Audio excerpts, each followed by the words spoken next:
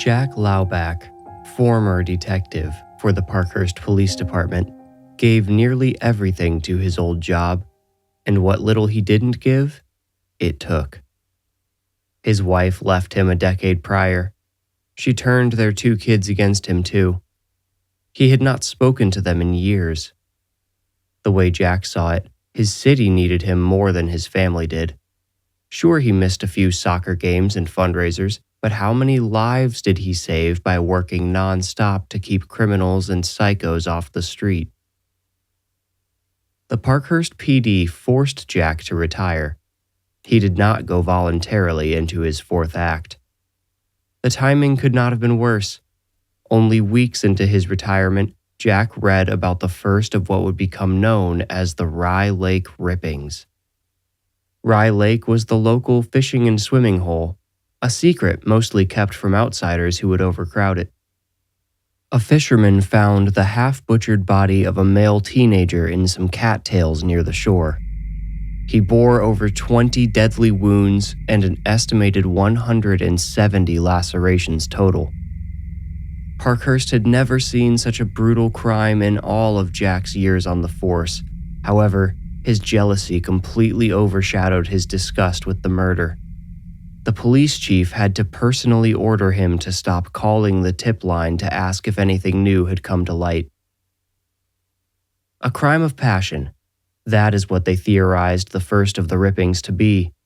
But that theory crumbled when the second body surfaced beneath the exposed roots of a tree on the bank of Rye Lake. A 22-year-old female, out for a jog in the wee hours of morning, carved up on her way home. Nothing related the 2 victims besides the killer's modus operandi. Standards required one more body to officially label the Rye Lake Ripper a serial killer, but Jack expected a 3rd body to turn up sooner than later. Weeks passed without another victim, however. Everyone but Jack viewed this hopefully. Bored, Jack grew creative. He brainstormed ways to gather information via unofficial sources. The first, he thought, might be just across the street. Since the first victim went to the public high school, another high school student might have some insights. And fortunately for Jack, 2 high school students lived directly across the street. With school out for the summer, he guessed they might be home. But when he knocked, no one answered. Jack knocked a second time and peered through the Valenza's front window. A voice spoke through the hedges to his right. "Nobody lives there anymore, Jack?" Wyatt Engels, the Valenza's next-door neighbor, walked around the hedges and up to Jack. Wyatt was a young firefighter who had just completed his probationary period. Jack begrudged him the career ahead of him and tried not to hate him for it. Wyatt said, "That family up and left a good while ago. I figured an old detective like you might have noticed something like that." "Hey, I'm not that old," Jack said, laughing to hide how much that little word hurt. "Guess I've been too preoccupied to notice what's happening in my own neighborhood." "What's got your attention?" Wyatt baited. Jack dodged. "Where'd these folks go? I never saw a moving truck, a sign, or nothing. And you know, I kind of liked, what was his name?" "Daniel?" Wyatt tried.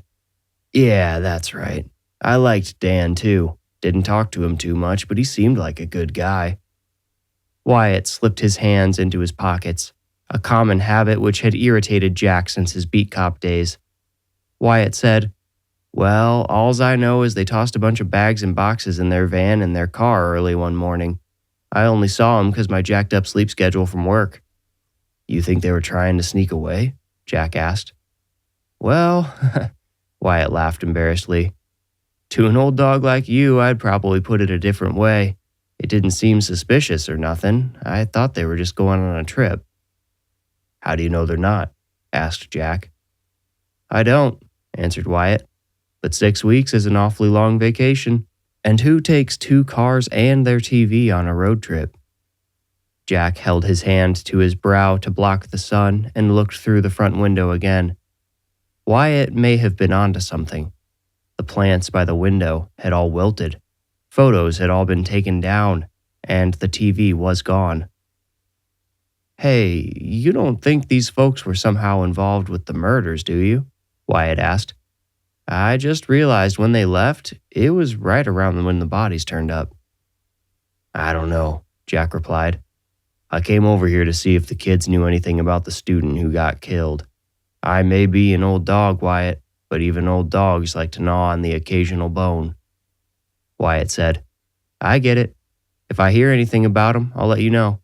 I mean, maybe one of them just got a new job that needed him right away or something. Jack said, Could be. Well, I'm going to get back. He pointed his thumb toward his house. Wyatt nodded and removed his hands from his pockets.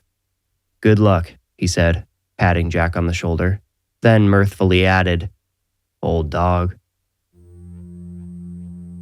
Jack wanted to call the Rye Lake Ripper tip line, but he had been ordered not to without something concrete. No more theories and speculation, the chief told him.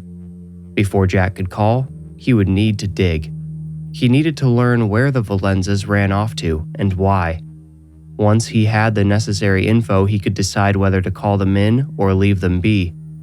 It did seem highly suspicious, though, that they fled around the same time the killings stopped. Jack wished social media had existed for more of his career. It made tracking people down easy if they weren't too careful, which the Valenzas almost were. First, Jack tried Marco, the Valenzas' 17-year-old son. Marco had not posted anything in weeks, but appeared to be a frequent poster before that. Ironically, maybe, his last post was a selfie taken at Rye Lake in running clothes. The caption read, Looping the lake today, hope nobody chops me up. He's either brave, stupid, or both, Jack thought. He moved on to Marco's 15-year-old sister, Eliana. Unlike her brother, she had continued posting continuously, and her posts contained everything former Detective Laubach needed. The family had moved to a middling town called Armony, 2 states over, a town just big enough to get lost in. Eliana and Marco had always seemed close, but Jack could not find a single photo of her brother on Eliana's page. It was like, once they moved, Marco ceased to exist. Through Eliana's, Jack found Daniel and Christina's profiles. Neither of them had a single photo of Marco nor any family photos on their pages. There were, however, plenty of photos of Eliana, so Jack knew concerns over their children's privacy weren't to blame for Marco's absence. He found one post on Christina's page dating back 4 years ago. It read, Happy 13th, my not-so-baby boy. I cannot believe our little Marco is a teenager. I feel so old. These words were the only acknowledgement of Marco Jack could find on either parent's pages. He assumed the post simply slipped by them when they erased him. 2 possibilities argued in Jack's mind. The first said Marco was the Rye Lake Ripper. Perhaps the first murder had been a crime of passion, a heated moment gone wrong. But after discovering his ability to dominate another person, Marco went after a target of desire. There had been no publicized evidence of sexual assault on the female victim, nor the male for that matter, but Jack speculated it could have been kept out of the media, or that Marco lost his nerve mid-act. His family may have unearthed his guilt and moved him away to hide him. Maybe they just didn't want their not-so-baby boy put away for life before he really started living. The second possibility felt even more sinister to Jack. It said Daniel Valenza was the Ripper, and he had murdered his own son. Christina could not be completely ruled out, but Jack thought she was a less likely suspect. Maybe Marco discovered his father's secret, or even caught him in the act, and Daniel shut him up forever. Marco might have been buried somewhere in Parkhurst, at the bottom of Rye Lake, or potentially in Armony. Jack checked to see if any unidentified bodies had turned up there recently. The Daniel Valenza theory, easily the shakier of the two, contained many holes to fill with speculation. Why did he choose those victims? One possibility was that Dan read some of the online comments after the first murder about the perpetrator being a frustrated and closeted homosexual, and killed a woman to disprove them. But why would Daniel want to move away? Was he afraid of being caught? By this point, Jack felt he was reaching for answers, and in his experience, that never led to accurate results. Whenever he sat back and took in the whole picture, his gut accused Marco. But where was Marco? Jack gave his tip about the Valenzas to the Armani Police Department. He'd been given no orders about contacting other departments. The officer who took his call sounded disinterested and dismissive. The officer didn't ask for Jack's phone number. He had to offer it as the officer was trying to hang up. He waited 2 days for a call back he knew would never come. Even if anybody visited the Valenzas to check on Marco, they wouldn't call some guy 2 states away to let him know how it went. Jack revisited Eliana's profile and found a selfie she took on a front porch. The number 417 hung prominently in white numerals on blue siding behind her. He used Google to examine every 400 block in Armani and determine which were residential, which reduced the potential street addresses to 417 Quaker Street, 417 Gilmore Avenue, or 417 Turnback Road. Google estimated the drive time to Armani at 4 hours and 19 minutes. Jack left at 10 in the morning and arrived at around 2:30 that afternoon. He checked Quaker Street and Gilmore Avenue, but did not find the blue house. As he drove to Turnback Road, he thought, what a fitting name. After arriving in Armani, he had started to feel like he should turn back. The murders were not his problem, nor was the well-being of Marco Valenza. He had been told to back off, and instead dove deeper. Dove or dug? Diving implied he might surface again. Digging put him down in a hole. He had to be careful not to dig so deep he could not climb out.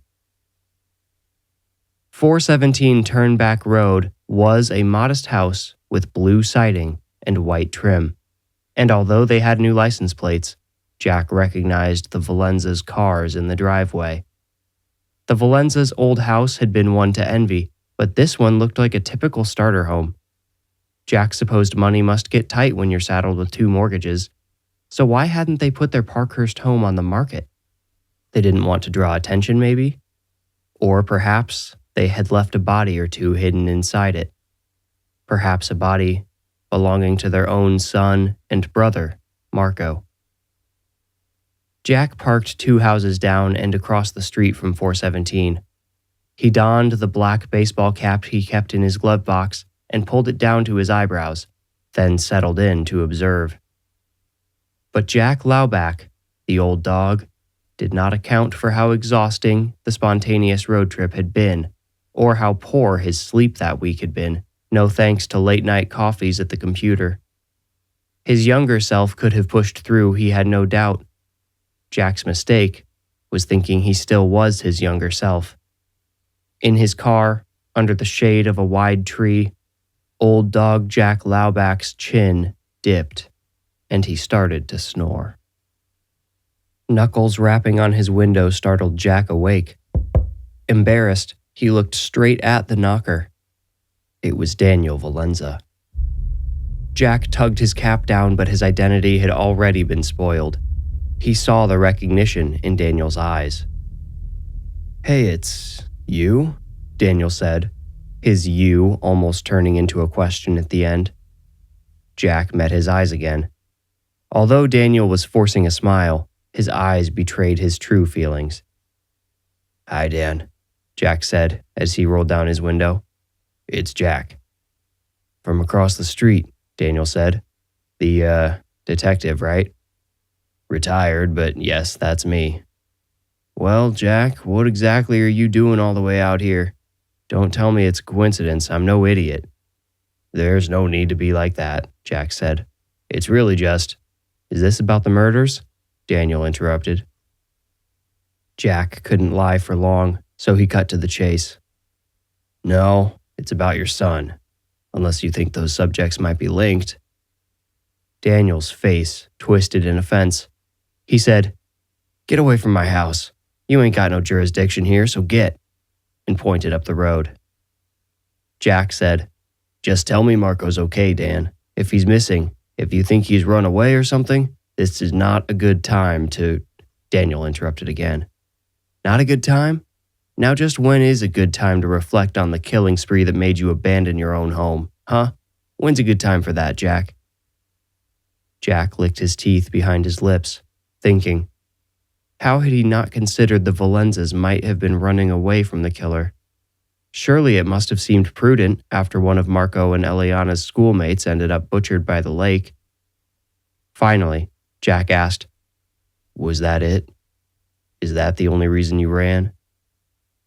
Daniel said, "I was protecting my kids, man. That's all it was and all it is. So again, I'm asking you to leave." "But Dan, where is Marco?" Daniel escalated to rage. "Stop calling me Dan. It's Daniel. If you're gonna keep saying my name, say it right." Jack attempted to respond, but Daniel bulldozed over him. "My son is here and he's safe. That's all you need to know. You're a washed-up detective looking for one more big case, huh? Oh man, I bet when those bodies turned up, you just started slobbering like a dog, didn't you?" An old dog, Jack couldn't help but think. As much as he wanted to roll up his window and drive off, leaving Daniel and his hard truths behind, he could not. He sighed, then asked, "Could I just see Marco?"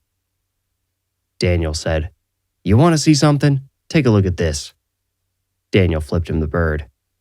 He held it out as he turned back toward his house and walked away. Jack supposed things would get ugly if he stuck around, so he started his car and pulled away from the curb. Something caught Jack's eye as he rolled past the Valenzas' new house. In a second-floor window, a curtain moved. Jack managed to catch a brief glimpse of a young male figure peeking through the upstairs window. The person's build could have been Marco's, only his skin, which Jack remembered being bronze, matched the white curtains to either side of him. A sun glare across the figure's face prevented Jack from making a positive identification, but that must be Marco, he thought. He's alive after all. Resigned, embarrassed, and honestly a little defeated, Jack set course for home. When he flipped on his turn signal to enter the interstate on-ramp, it was like he flipped a switch in his brain. Falling asleep had made him feel old and useless.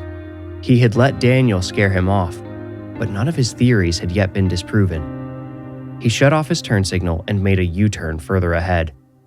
Had the figure in the window been Marco, or could it have been a new victim? Perhaps whichever Valenza was killing people had escalated their MO to include kidnapping and imprisonment. Maybe the Ripper had altered his process to prevent someone like Jack from connecting the dots. Parking in a recognizable car with out-of-state plates in broad daylight had been Jack's real first mistake, not falling asleep. He vowed to return to the house that night with a new strategy. After a cheap meal, he stopped at a sporting goods store for a pair of binoculars. Just before sunset, he parked far enough up Turnback Road to remain inconspicuous, then waited. Daniel, Christina, and Eliana periodically walked past windows. As the sun set, they turned lights on and off. Jack saw Christina appear wearing oven mitts once and guessed she was preparing dinner. His theory proved correct when the dining room light turned on and Eliana walked in with silverware clutched in her hands. As her daughter set the table, Christina passed by the front window with a loaded plate. Another light lit up on the second floor, and Christina disappeared. Jack narrated to no one, "She's taking a plate upstairs. If that's Marco, why isn't he eating with the family?" The light in the room Jack had seen the figure in turned on. The same figure stood there again. Jack gasped and slid down in his seat. The boy, obviously Marco now with no obscuring glare, was staring directly at him. His room had been so dark and he'd been so still, Jack had not noticed him there watching. As Christina entered, Marco slowly turned toward her. Jack saw a pair of handcuffs binding his hands behind his back and a chain hanging from them. Tension in the chain informed Jack of a weight or tether trapping Marco in place. Christina set the plate down on top of Marco's dresser. She said something through lips too stiff for Jack to read, then quickly backed out of the room and shut the door. Marco plodded over to the plate, looked down at it, then slowly lowered his face, opening his mouth wide. Jack felt the urge to look away out of shame for the boy. To be treated in such a way, by his parents no less, was dehumanizing. But Jack did not have to look away. Just as Marco's open teeth met his meal, the bedroom light went off. Christina joined Eliana and Daniel in the dining room. They all shared awkward, forced smiles, then sat down together. Jack knew he needed to call in reinforcements. No, just enforcements. He reminded himself he wasn't a cop anymore, just an old dog. His phone was in the cup holder. He picked it up. When he looked back at the family, he saw Daniel had stood. Curious why he would do so just after sitting down, Jack peeked through the binoculars. Daniel stared right back. Like he had superpowers, or maybe Jack had simply forgotten how far a good set of eyes could see, Daniel spotted Jack's car down the street. His fists curled in fury, and he marched toward the front door. Jack bailed out of his car, shutting the door as quietly but as quickly as he could. Hunching over, he crossed the street and ran behind a hedgerow. Daniel exited his house and stormed across his yard. He crossed the street diagonally, making a direct line for Jack's car. Jack ducked lower. He wanted to move, but to go either direction, he would have to leave cover. He watched Daniel approach his car, look inside, then kick the front left tire. Daniel swore and hissed, "Where are you, you creep? Leave us alone or I'll put you down." "I'm sure you will," Jack thought. Then again, because he could not help himself, he thought, "Like an old dog." Daniel seemed to recognize his error, namely how Jack was there investigating murders and he had just threatened to kill him. His disposition softened slightly and he said, you know I don't really mean that. Come on, just come out. Let's sort this out so you can get on home." He's not threatening to call the police because he can't, Jack thought. The only thing worse for Daniel than having a retired detective snooping around would be to have active cops looking in. It did not take long for Daniel to develop a curiosity about the nearby hedges. As he sidled over to them, humming the whole way, Jack looked for an escape and found none. While Daniel was still too far away to touch him, Jack stood, revealing himself in the fainting rays of sunlight. "You caught me, Daniel. I think you know why I couldn't let this go." "I think you're misunderstanding some things," Daniel replied, oddly calm. Jack asked, "Care to illuminate why your son is chained up in his room?" "God, man," Daniel scolded.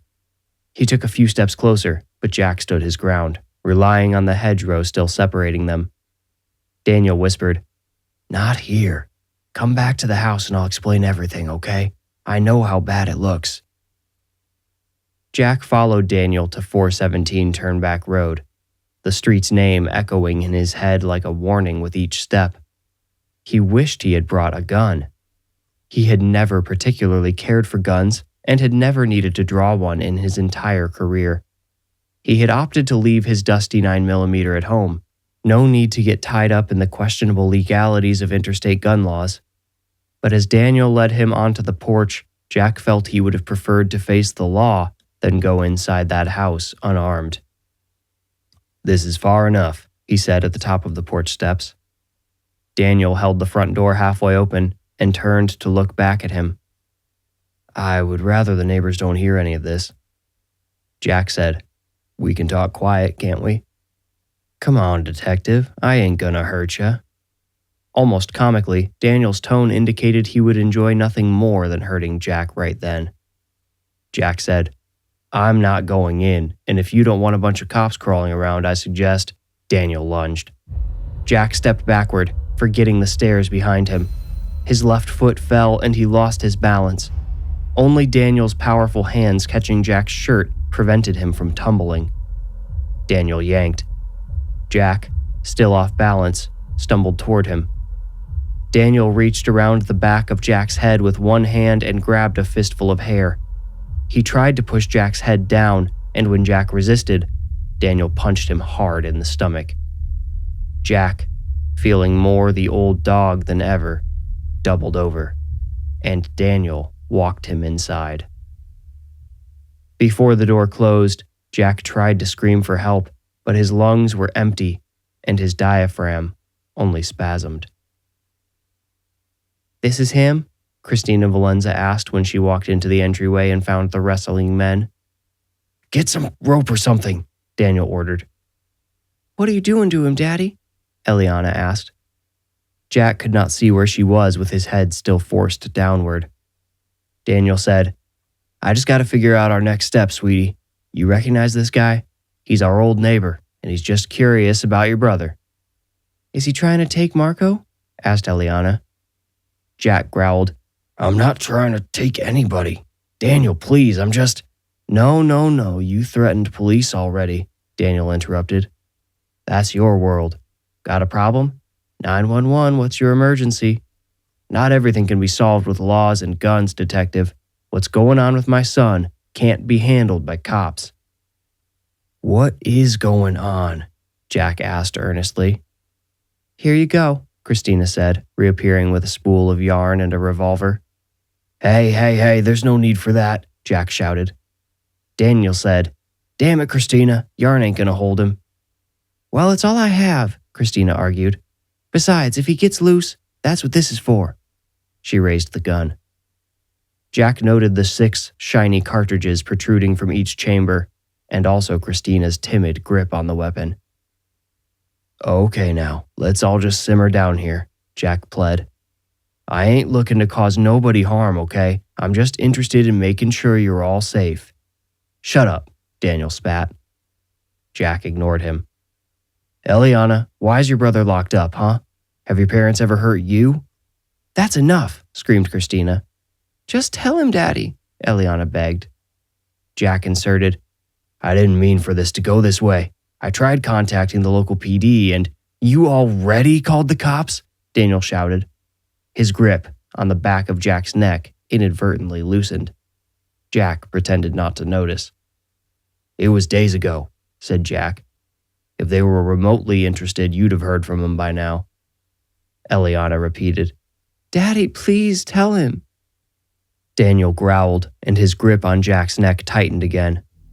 Jack winced, but then Daniel let go completely. Christina raised the revolver as Jack stood. He raised his hands in futile defense. With a sly glare, Daniel said, "He'll behave, won't he?" Jack replied with one of his old dog sayings, "Nobody hurts me. I hurt nobody." Daniel nodded grimly. He turned to Eliana, who Jack now saw hovering above them on the stairs. Her father said, "Sweetie, go close the front curtains, please," then made Jack follow her. They stood around the small living room. No one turned on a light, so only the dying glow of sunset through a curtain illuminated them. "Something happened to Marco," Daniel began. "We don't know how to make sense of it, but we can't have cops and doctors or whatnot sniffing around while we figure it out." "Are you sure you don't already understand what's happened to him?" Jack asked.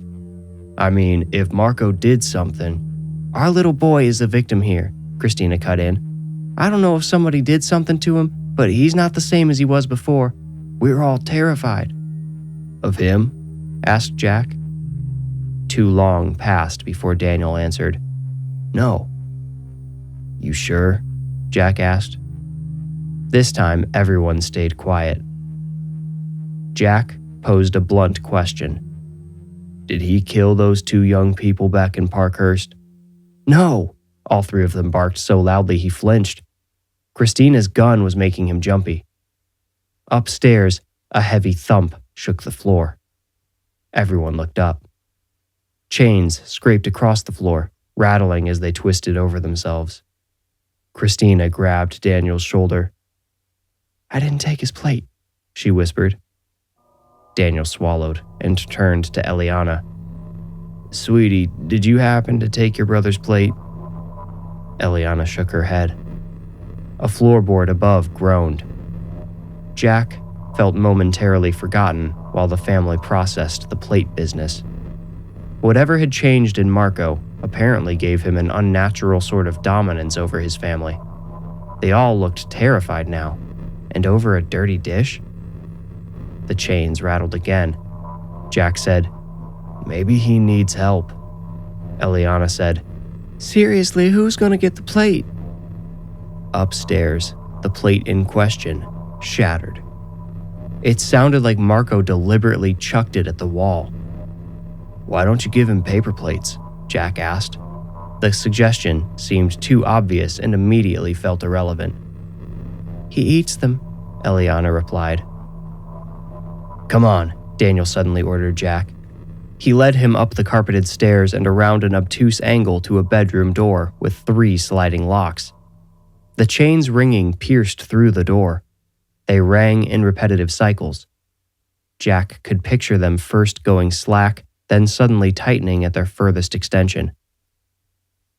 "Marco, it's Jack from across the street at your old place. Remember me?" Jack called out. "Don't talk to him," Daniel scolded. "Don't try to reason with him. Don't even look at him. Got it? Just help me hold on to him." "Why?" Jack asked. "So you can understand what we're dealing with," said Daniel. He undid the locks. Christina and Eliana stood at the ready behind the 2 men. Christina held her gun down at her side with no intention of using it. Despite his distaste of firearms, Jack wished that gun was in his hand. Daniel gave a grim nod to his wife, then swung the door open. Marco Valenza stopped jerking his chains. As Jack had noted through the window, his skin looked deathly pale.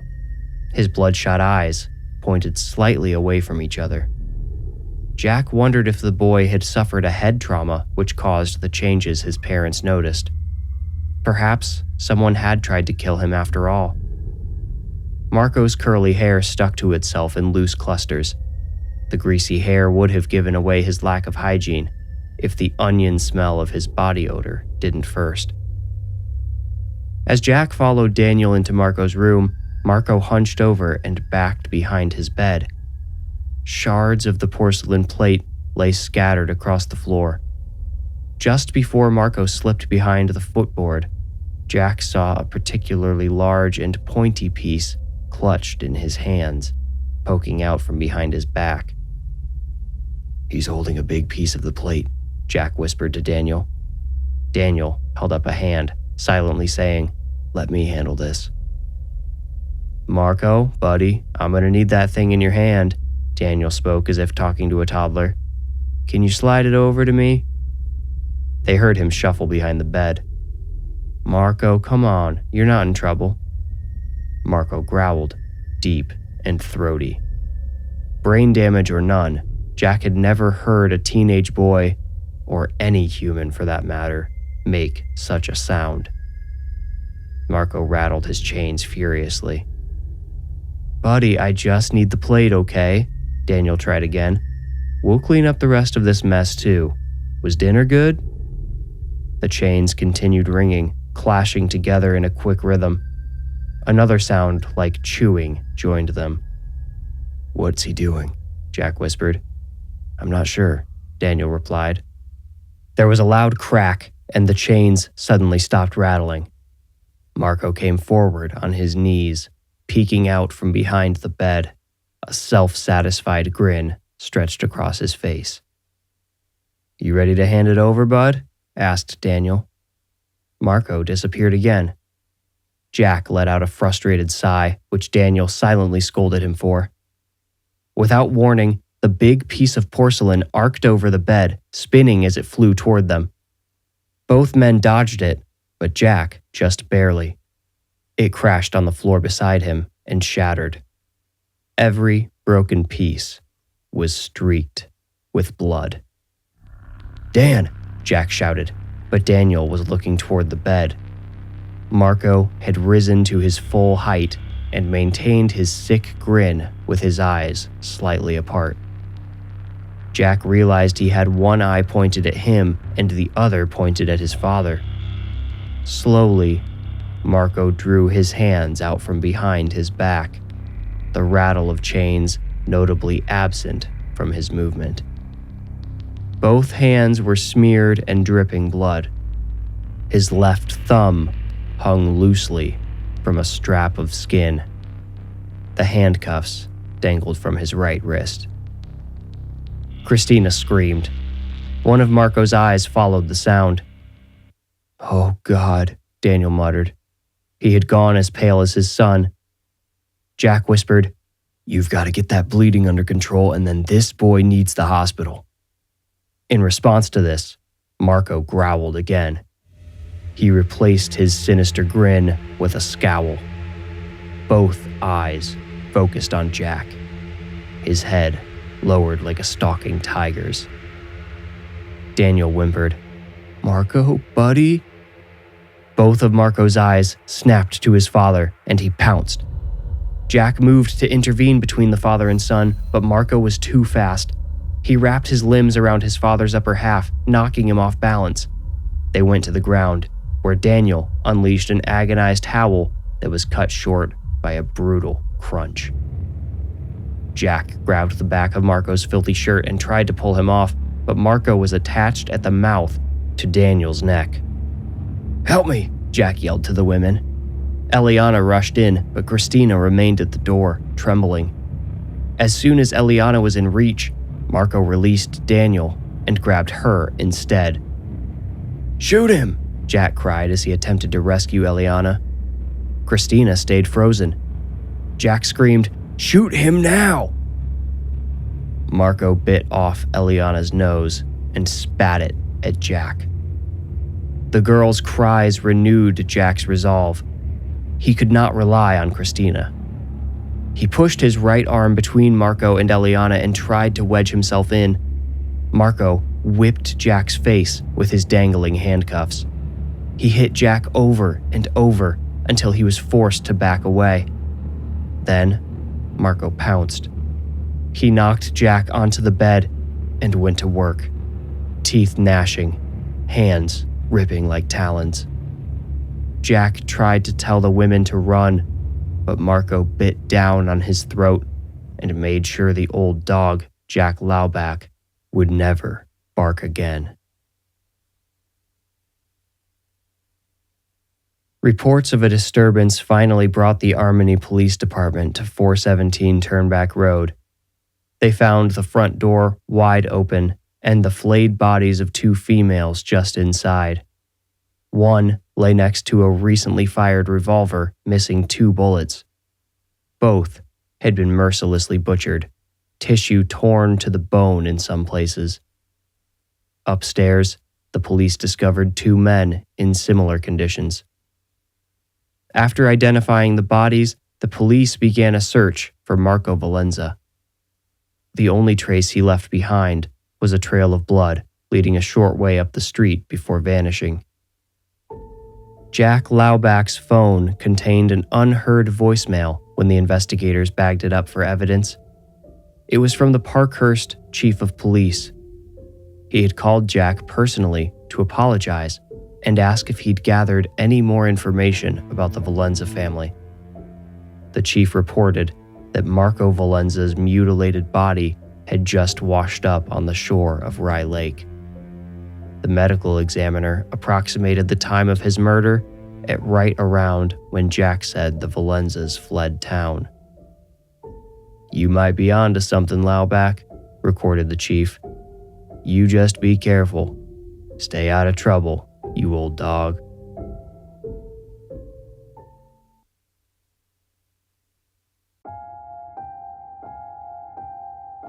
You made it out. Congratulations.